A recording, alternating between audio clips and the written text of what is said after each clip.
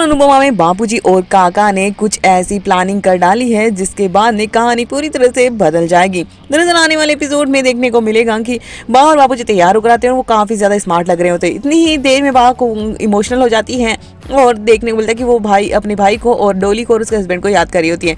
लेकिन तभी यहाँ पर डोली की एंट्री होती है, कहती है मेकअप खराब हो जाएगा और उसे देखकर सभी खुश हो जाते हैं और मामा जी फिर वैसे ही भूल भुलैया वाली बातें करते नजर आते हैं।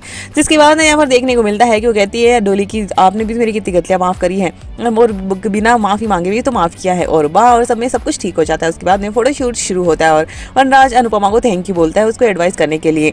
काव्या को बुरा लग रहा होता है कि ये पता नहीं कौन सी ड्रामे वाली फैमिली है और वो इन सब का ये प्यार देखकर बहुत ही ज्यादा शॉक्ड हो रही होती है। तभी यहाँ पर देखने को मिलता है कि नंदिनी आती है और कहती है कि यही तो फैमिली का मैजिक है।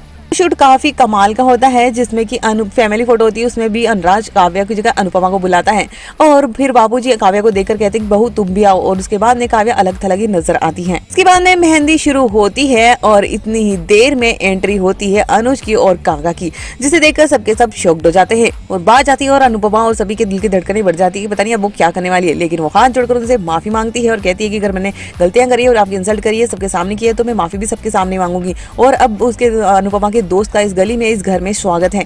और ये सब कुछ देखकर अनुपमा और सभी सब काफी ज्यादा खुश हो जाते हैं। काव्या सोचती है अब तो वनराज तो इसकी बैंड बजेगा, लेकिन वनराज भी जाता है और कहता है मेरे पेरेंट्स के फंक्शन में आपका स्वागत है और वो उन दोनों की तरफ दोस्ती का हाथ बढ़ा देता है। जिसके बाद यहाँ पर काव्या वनराज पर चिल्लाते नजर आती है अपने कमरे में और कहती है कि ये क्या है। अब कहते हैं कि भाव बापू जी की शादी के बाद में इन दोनों के भी इसी मंडप में शादी करवा देते हो। वनराज कहता है कि ठीक है अगर तुम उन दोनों से पूछ लो अगर करना चाहते हैं तो करवा देते हैं। काव्या शॉक्ड हो जाती है और कहती है कि अनुपमा तुझसे तो मैंने सब कुछ छीनने की कोशिश की लेकिन फिर भी उसके पास सब कुछ है और लेकिन मुझसे तो अब सब कुछ ही छीन रहा है। वहीं अनुज और अनुपमा दोनों ही अपनी मस्ती में मस्त नजर आते हैं और देखने को मिलता है कि अनुपमा कहती है कि मेरे दोस्तों को कभी इस घर में स्वागत नहीं हुआ लेकिन मैं आज बहुत खुश हूँ कि बहन ने आपका स्वागत किया है कि देविका नहीं है। लेकिन अनुज कहता है लेकिन मैं तो हूँ ना, एक दोस्त ही काफी है, हम दोनों काफी हैं। दोनों पर फूलों की बारिश होती है और उसके बाद में काका और यहाँ पर बापूजी उन दोनों को देख लेते हैं तो वो शर्मा के वहां से चले जाते हैं और दोनों ही काका और बापूजी डिसाइड करते हैं कि अब कुछ तो करना ही पड़ेगा और काका शॉक्ड हो जाते हैं कि बापूजी ने अनुज को उसकी जिंदगी में आने के लिए अनुपमा से बात भी कर ली। उसके बाद काका कहते हैं कि अब तुम दोनों बुड्ढियों की शादी निपटा देते फिर देखना हमें भी क्या कमाल करता हूँ।